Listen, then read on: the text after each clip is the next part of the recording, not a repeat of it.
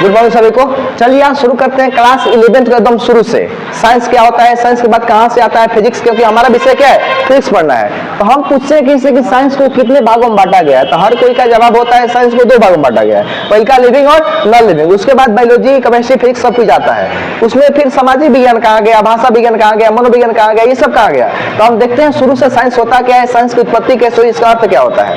तो देखिए साइंस की जो उत्पत्ति है, लैटिन भाषा का एक शब्द है साइंटिया। साइंस का जो उत्पत्ति हुई है, लैटिन भाषा क्या शब्द है, साइंटिया, जिसका अर्थ होता है टू नो। क्या होता है, टू नो।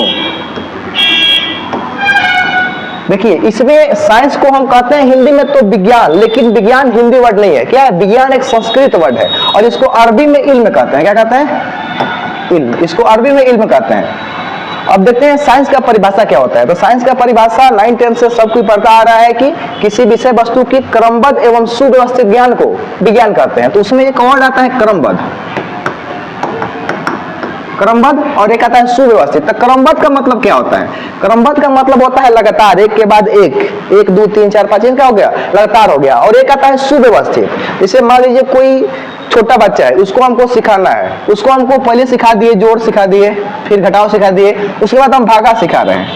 तो देखिए ये तो क्रमबद्ध है, पहले जोड़ आया है, फिर घटाव आया है, फिर भागा। लेकिन क्या ये सुव्यवस्थित है, जब तक हम इसको बीच में गुना नहीं सिखाएंगे तब तक उससे भागा नहीं बनेगा। इसीलिए क्या है, ये सुव्यवस्थित नहीं है। तो उसका कहेंगे विज्ञान वो होता है जो क्या हो, क्रमबद्ध और साथ में सुव्यवस्थित भी हो। अब देखते हैं विज्ञान को बांटा कितने भागों में गया है। उससे पहले हम देखते हैं कि देखिए इसमें एक वर्ड आता है ज्ञान और विज्ञान। किसी विषय वस्तु की क्रमबद्ध एवं सुव्यवस्थित ज्ञान को क्या कहते हैं, विज्ञान। तो वहां पे एक वर्ड आता है ज्ञान और एक क्या आता है, विज्ञान। एक साइंस और एक नॉलेज, ज्ञान और विज्ञान। तो हमको देखना है साइंस क्या होता है, नॉलेज क्या होता है। तो देखिए जो साइंस होता है, साइंस को कहते हैं हम search of reality, search of reality. मतलब क्या होता है, सत्य की खोज, सत्य की खोज।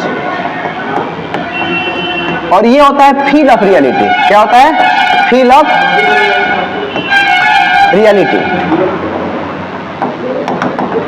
फील ऑफ रियलिटी यानी कि सत्य का अनुभव, सत्य का अनुभव। तो देखिए सत्य की खोज क्या होता है, सत्य का अनुभव क्या होता है। जैसे यहाँ पे लाइट है, ये लाइट क्या हो रहा है, जल रहा है। तो हम क्या कर रहे हैं, इस लाइट को खोज हुआ है, यानी कि हम क्या पढ़े हैं कि यदि किसी तार में, यदि टंगस्टन का तार है, उसमें धारा प्रयोग करेंगे तो क्या होगा, वो चमकने लगेगा, जिसको क्या कहते हैं हम, उसको बल्ब में लगा दिए और उससे हम प्रकाश यूज करते हैं, यानी कि उसकी खोज हुई है। लेकिन क्या होता है, जो इससे लाइट मिल रही है, क्या हुआ, हम उसको अनुभव करते हैं। जैसे पंखा चल रहा है, पंखा बनाया गया, पंखा क्या हुआ है, पंखा की खोज हुई है। लेकिन जो पंखा से हवा मिल रहा है, क्या करते हैं, हम उसको अनुभव करते हैं। जैसे आप सब क्या सुने होंगे, गौतम बुद्ध और महावीर स्वामी को ज्ञान की प्राप्ति हुई थी। ऐसा थोड़ी है कि ज्ञान कोई वस्तु है, कहीं रखा था, उनको प्राप्त हो गया, मिल गया। ज्ञान क्या है, ज्ञान एक अनुभव हुआ था, ये सत्य का उनको अनुभव हुआ था। तो ये क्या होता है, एक होता है सत्य की खोज, साइंस कहते हैं, और ज्ञान क्या होता है, सत्य का अनुभव।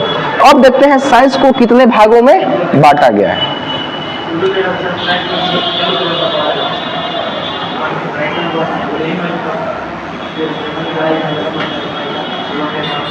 देखिए सबसे पहले साइंस को हम बांटे हैं 2 भागों में। साइंस को 2 भागों में बांटा गया है, 2 भागों में। एक होता है रियल साइंस, रियल साइंस, और एक क्या होता है, एक होता है स्यूडो साइंस। लिखते हैं आप, स्यूडो पढ़ते क्या है, स्यूडो। एक होता है रियल साइंस, एक होता है स्यूडो साइंस। रियल साइंस का हिंदी में कहते हैं हम सत्य विज्ञान। क्या होता है ये होता है सत्य विज्ञान, सत्य विज्ञान। और ये क्या होता है, ये होता है छद्म विज्ञान, छद्म विज्ञान। एक होता है रियल साइंस, एक होता है स्यूडो साइंस। तो आखिर रियल साइंस क्या है और स्यूडो साइंस क्या है। तो देखिए रियल साइंस उसे कहते हैं जो थ्योरी पे डिपेंड करता हो। किस पे करता हो, थ्योरी पे, यानी कि इसको हिंदी में कहते हैं सिद्धांत। और ये क्या होता है, ऐसा साइंस जो पैराडिग्म, पैराडिग्म यानी क्या होता है, अवधारणा,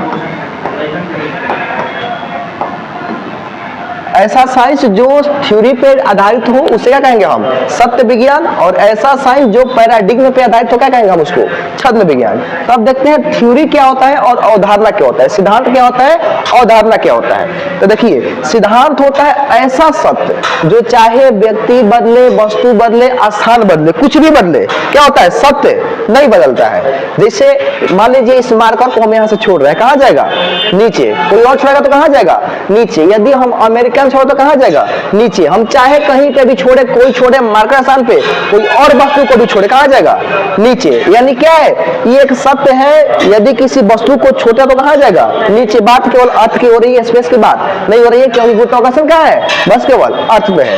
इसे कहते हैं गुरुत्वाकर्षण का सिद्धांत। किसी वस्तु को छोड़ने के बाद गुरुत्वाकर्षण कहाँ आता है, नीचे। ये क्या कहते हैं हम, इसको गुरुत्वाकर्षण का सिद्धांत। ये क्या होगा, ये हमारा सत्य कभी नहीं बदलेगा। और एक होता है अवधारणा, जो चाहे व्यक्ति, वस्तु और स्थान बदलते ही क्या होता है, सत्य बदल जाता है। जैसे यहाँ के राष्ट्रपति कोई और है, अमेरिका के राष्ट्रपति कोई और है, हम कुछ और सोच रहे हैं, आप कुछ और सोच रहे हैं, ये क्या हो गया, अवधारणा हो गया। यानी कि सत्य बदलते ही, व्यक्ति बदलते ही क्या हो गया, सत्य बदल गया। और इसमें हम क्या पढ़ते हैं, वही सोशियोलॉजी, डेमोक्रेसी यानी कि एसएसटी पढ़ते हैं, भाषा विज्ञान, सामाजिक विज्ञान, जो भी आता है किसे पढ़ते हैं, इसमें। यानी कि जो लोग आर्ट्स लिए होंगे वो कौन पढ़ेंगे, स्यूडो साइंस को पढ़ेंगे। लेकिन हम क्या लिए हैं, सभी लोग साइंस लिए हैं, साइंस पढ़ना है तो हमको रियल साइंस को पढ़ना है। तो अब देखते हैं रियल साइंस को कितने भागों में बांटा गया है। तो सोचिए पूरे ब्रह्मांड को, ब्रह्मांड में सत्य क्या है, क्योंकि हमको है क्या पढ़ना है, रियल साइंस। तो सत्य क्या है, पूरे ब्रह्मांड में सत्य दो है, या तो कोई जीवित है या तो कोई मर गया है। तो क्या होगा, इसको हम दो भागों में बांट दिए, एक हो गया जीवित और एक हो गया अजीवित। यानी कि जीवित मतलब लिविंग, और एक क्या हो गया, नॉन लिविंग। एक जीवित और एक अजीवित, एक लिविंग और एक नॉन लिविंग। और लिविंग को क्या कहते हैं, इसको हम बायोलॉजिकल साइंस भी कह सकते हैं, जिसमें हम क्या पढ़ते हैं, इसमें पढ़ते हैं हम बायो के बारे में। क्या पढ़ते हैं हम, बायो के बारे में। और क्या होता है, बायो को भी दो भागों में बांटा गया है। एक क्या होता है, एक होता है जूलॉजी,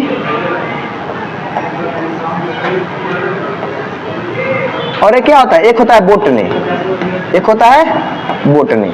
जूलॉजी में हम जीव जंतु, पशु पक्षी के बारे में पढ़ते हैं, और बोटनी में पेड़ पौधे के बारे में पढ़ते हैं। अब एक होता है नॉन लिविंग। तो देखिए नॉन लिविंग को हम फिजिकल साइंस भी कह सकते हैं। क्या कह सकते हैं हम, फिजिकल साइंस। और इसको दो भागों में बांटा गया है, एक फिजिक्स और एक केमिस्ट्री। तो हमको क्या पढ़ना है, हमको पढ़ना है फिजिक्स। फिजिक्स होता क्या है, आखिर फिजिक्स को कितने भागों में बांटा गया है, बांटा गया है तो क्यों बांटा गया है, इसकी उत्पत्ति कहां से हुई, इसके जनक कौन है। तो ये अब देखते हैं फिजिक्स क्या होता है।